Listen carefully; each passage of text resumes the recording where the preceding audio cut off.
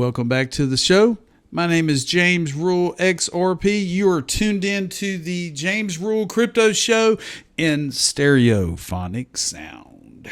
And what I want to do, I want to discuss, and I want to break down ETHGATE for you, because we've been fighting ETHGATE for the past 2.5 years, ever since the Ripple lawsuit. John Deaton breaks it down for us. The Hinman documents are supposed to be released by June the 13th. Is it going to happen? Let's check it out. I'm not a financial advisor. I'm a crypto teacher. This episode today is sponsored by iTrustCapital. iTrustCapital allows you to either flip an existing IRA or 401k over into digital assets in a IRA. You can also open up a Roth IRA, which does not, you kind of eliminate the taxation at the end of a Roth IRA. Please do your research. Check out iTrustCapital. There's a link below. And tell them James Rule XRP sent you by. Okay, now today I was at the store and I didn't realize that Bluebell ice cream, which is real big in the South in the United States, came out with the Dr. Pepper float ice cream flavor. I grew up drinking Dr. Pepper out of glass bottles, and then everything went plastic, and Dr. Pepper is still big in this area. But now Bluebell ice cream has a Dr. Pepper float ice cream, and it is delicious. All right, let's go. Okay. Excuse me. I asked the community today on crypto Twitter, will we actually see the Hinman documents? You know, people answered probably not. They'll probably be redacted. Well, right here, Crypto XR Sweet Pea says that John Deaton has said many times the Hinman emails will never see the light of day. And John Deaton corrected him. He said, I think you confused me with others. Here's what I've said. And I'm going to read a small piece of it. It's a pretty lengthy discussion. But Mr. John E. Deaton stated that regarding the Hinman emails and speech drafts, the SEC has requested for them to remain sealed because there's some juicy evidence that they don't want to have released. Even after Judge Torres' ruling on summary judgment, I believe the emails and speech drafts will be made public at some point, regardless of Judge Torres' decision on whether to seal. I'm not going to read the rest of this. It's lengthy. John Deaton is the greatest of all times. He decided to represent this community, XRP holders, crypto holders, all the above, after the SEC sued Ripple. We all love John Deaton. I know him personally. I can send him a message. He'll reply to me almost immediately. And we're going to look at something. Now, we've been fighting this for over 2 years, and the end is in sight. John Deaton, who also has CryptoLaw, broke down the Ethereum Free Pass Fair Notice and the fight ahead on September 22nd, 2021. Read it. Why did I tweet this out today? Because I'm going to bring back to your attention what we're fighting for, what the corrupt SEC has done, how everybody in the Ethereum Foundation, the SEC, all of the above, declared Ethereum not a security, drove the price up, and pocketed millions of dollars. Now, I'm going to go through this article. It's kind of lengthy. Bear with me. I want to read it to you because it's very important. If you go to crypto-law.us or crypto-law.us, you can immediately go to the main page, connect to Congress in the United States. You can connect to your local representatives. It's already pre-typed out for you, thanks to John Deaton. And it will connect to your local representatives talking about the SEC and talking about a level playing field, all the above. So let's go ahead and let's go over this. Bear with me. Soak it up. Replay it back if you need to. The Ethereum Free Pass Fair Notice and the Fight Ahead, posted on September 22nd, 2021 by John E. Deaton, founder and host of CryptoLaw. I believe we have reached a turning point in the fight against the Securities and Exchange Commission's unfair and abusive treatment of XRP holders in the lawsuit against Ripple. So much evidence has come out in this case that exposes the outrageous actions of the SEC and the key figures behind the lawsuit, that I felt it was important to send you the complete summary of what has happened, why it's important, and and now this was 20,000 XRP holders are doing in this fight. Now it's over 76,000 XRP holders, crypto holders around the world in this fight. It is a story of an overreaching regulatory, unfairly picking winners and losers in the blockchain business space, a web of insider connections and conflicts of interest, and thousands of retail investors who were egregiously harmed by the federal agency that is supposed to be protecting them, the SEC. The key players, listen up, people. Jay Clayton was a longtime partner at the law firm of Sullivan and Cromwell, where he notably co-engineered the Alibaba IPO in 2014. Alibaba owns Alipay, the Chinese payment service that was designed to directly compete with the Western fintech innovations using blockchain. Alipay has moved into cross-border remittances, which is Ripple's primary use case for XRP. When he was nominated to be SEC chairman in 2017, he was dubbed, quote, the most conflicted SEC chairman in history, in an article that ran down his baggage of potential conflicts in the job. At his nominational hearing, he was reminded and conceded that if any matter related to a client of his from Sullivan and Cromwell came before the SEC, he would be barred from voting. Now, William Hinman was a longtime partner at the firm of Simpson, Thacher, and Bartlett and co-engineered the Alibaba IPO with Jay Clayton. Hinman retired from Simpson Thacher to join the SEC as Clayton's Director of Corporation Finance. Ethereum was launched by the Ethereum Foundation in 2014 as an enterprise blockchain system, and its native currency, Ether, was issued in an ICO to anyone who wants to purchase it. An early investor and co-founder was Joe Lubin. In parallel, Lubin founded Consensus, a for-profit consulting firm to promote and profit from building enterprise blockchain solutions exclusively on the Ethereum network. Lubin received 9.5% of Ether. For reference, a $10,000 investment in Ether ICO, and held to this day is worth more than $120 million. Thus, you can imagine Lubin and anyone else's financial interest in Ether. Consensus is a client of Sullivan and Cromwell. Clayton. The Enterprise Ethereum Alliance, a coalition of companies built to market Ethereum as an enterprise solution, includes Simpson and Thacher and Bartlett with Hinman. This is how Clayton, Hinman, and Lubin were connected as the story began. The free pass for Ethereum's cryptocurrency, Ether. And this is where it all starts. This is where the red lights went off. This is where the XRP army, the XRP community, John Deaton, other lawyers started tearing it down. And I tell you what, we've ripped their ass on this. Papers filed in court and public statements on video from Lubin, Hinman, and others linked to Consensus revealed that multiple meetings between Consensus and senior SEC officials were held in 2017 and 2018 to lobby the agency to give the Ether a regulatory free pass. In Hinman's deposition, taken in July by Ripple's legal team, it is clear that Hinman directed his staff to set up a meeting with Lubin and Consensus on December the 13th, 2017. It should not be lost on you that the SEC was investigating and prosecuting dozens of ICOs that orchestrated crowd fundraising exactly the way Lubin and Ethereum did. For example, anyone could buy pre-mined Ether tokens, and their funds were used to build the blockchain. In fact, many people refer to this period as the 2017 ICO craze. The SEC actually sued a company called Telegram and achieved a preliminary injunction that prevented the development of its blockchain for conducting an ICO substantially similar to Ether's.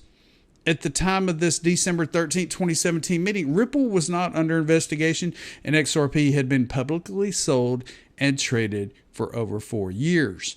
XRP was also battling Ether for the number 2 cryptocurrency market cap behind Bitcoin.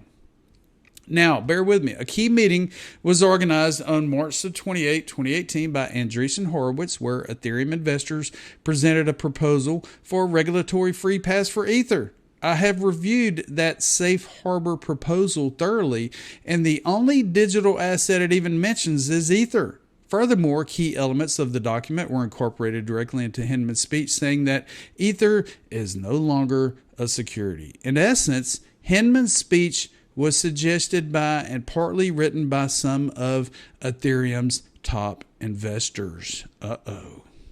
That's why we need the documents. We know that Lubin and Consensus met with the SEC at least 3 more times before Hinman's June the 14th, 2018 speech, where he declared that, putting aside the fundraising conducted by Ethereum with its token, Ether is not a security and therefore not subject to SEC regulation. Consensus has been battling to gain market share of the cross-border payments market for Ethereum, competing directly with Ripple's cross-border payment solution on the XRP ledger. After Hinman's speech, Lubin publicly predicted that Ethereum would be the only enterprise platform to get a free pass from the SEC, and that a reckoning is coming for others, specifically Ripple. Mike Novogratz, Lubin's college roommate and a major investor in Ether, predicted just 9 days before the speech that he would bet dollars to donuts that the SEC would declare Ether to not be a security. If you know Mike Novogratz, he cares deeply about his public perception and credibility, and he would not go out on a limb and guarantee that the SEC was going to say unless he was assured of it from someone with personal knowledge.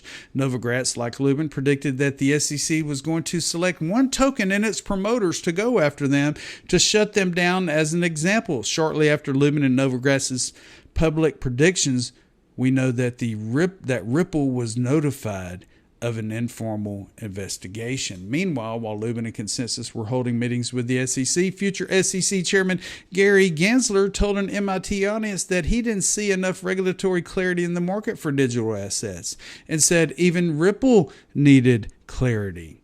The Ripple lawsuit. And it continues. The XRP cryptocurrency was never issued in an ICO, operates on a fully decentralized ledger, and has been used by project developers and consumers with no connection to Ripple for years. XRP fits the criteria of Hinman's 2018 speech better than Ether does. In fact, Ripple controls less than 4% of the validators on the XRP ledger. Ripple once objected to a change on the ledger, but was overruled by the majority of validators. The point is that the XRP network is arguably more decentralized than the Ether network. The Ripple lawsuit was filed on Jay Clayton's last full day at the SEC in 2020. The timing was curious. About 2 weeks before Clayton directed the suit to be filed against Ripple, former SEC Commissioner Joseph Grunfest sent a letter to Clayton stating that he should not file the lawsuit as he was leaving the SEC. Grunfest argued that no exigency existed to file considering that XRP had been traded for over 7 years. Grunfest informed Clayton that the SEC could not make any material distinction between XRP and Ether, and if he filed the case, that it would call into question the SEC's exercise of discretion. He also warned Clayton that the mere filing of the lawsuit would cause unprecedented billions of losses to individual investors with no connection to Ripple. When the lawsuit was filed, XRP lost $15 billion in market cap value. It should be noted that Grunfest was retained by Ripple. It doesn't change what he said being true. It is also important to note that Clayton was the deciding vote to sue Ripple. On a 5-member commission, he chose to bring the most consequential enforcement action since the 1946 Supreme Court decision on Howey against Ripple, a direct competitor of his former law firm's client Consensus. When challenged in court by Ripple's legal team on the contradiction between Hinman's speech and the SEC's actions, the SEC has attempted to disown Hinman's speech as market guidance or a determination by the SEC, claiming it was just his personal opinion and irrelevant to the case. In fact, SEC and Hinman signed an affidavit that his speech was only his personal opinion and not that of the SEC. This flimsy argument is now being torn apart by Ripple's legal team, which has launched a fair notice and due process defense that could decide the case in summary judgment and possibly set a sweeping precedent that limits the SEC's power to regulate cryptocurrencies. All available evidence indicates that Hinman's speech was intended as market guidance by everyone at the SEC. It was believed to be market guidance by Lubin, Ethereum Foundation, and Consensus, and taken as market guidance by the media and investors. Multiple documents issued by SEC legal staff on the matters reference the Hinman speech as representing a recognition of Ethereum and Ether by the commission. The SEC has also admitted in court that no investigation was ever opened against Ether. This means the agency never considered enforcement action against Ethereum despite its 2014 ICO and the Ethereum Foundation's large-scale sales to speculators like to Novogratz. To date, Ether is still the only altcoin in the market that the SEC has affirmatively anointed as a currency or commodity and not a security, even though it's now trying to pretend it never anointed it. And Chairman Gensler is trying to pretend that he never said in 2018 that Ripple deserved regulatory clarity. We're almost there.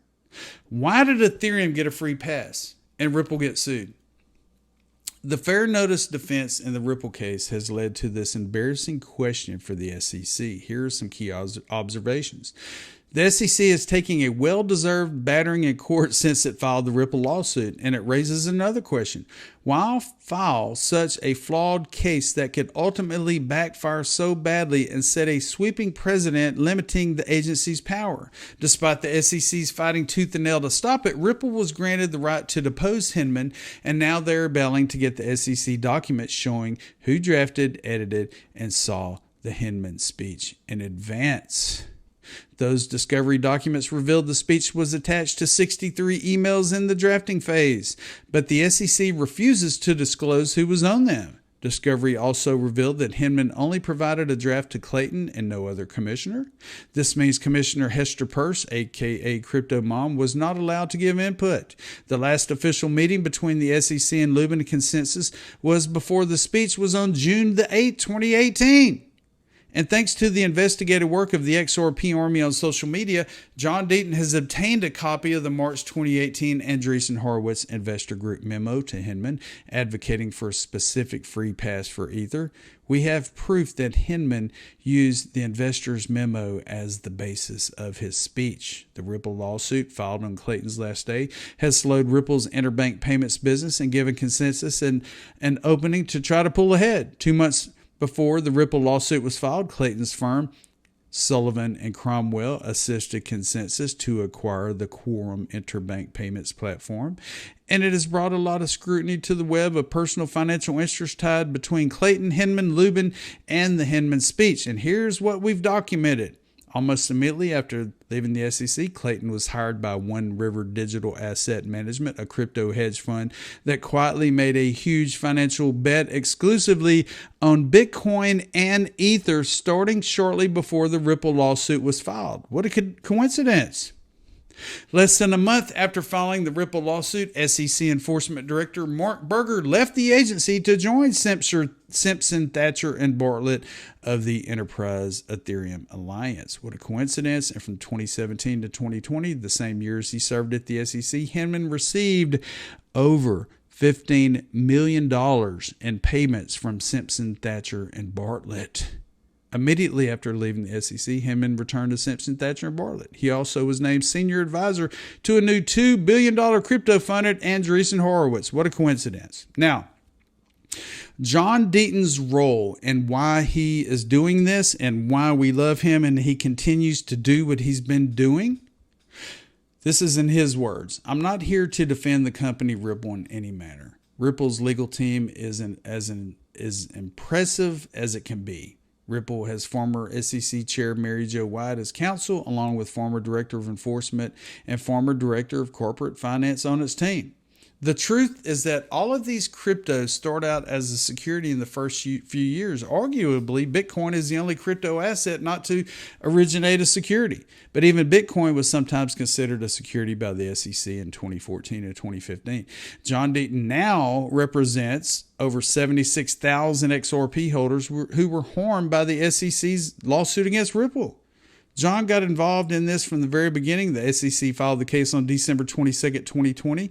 When John read the complaint, he knew that this case was not about securities laws, but about something very different. He acted immediately. 9 days later, on January the 1st, 2021, John filed a writ of mandamus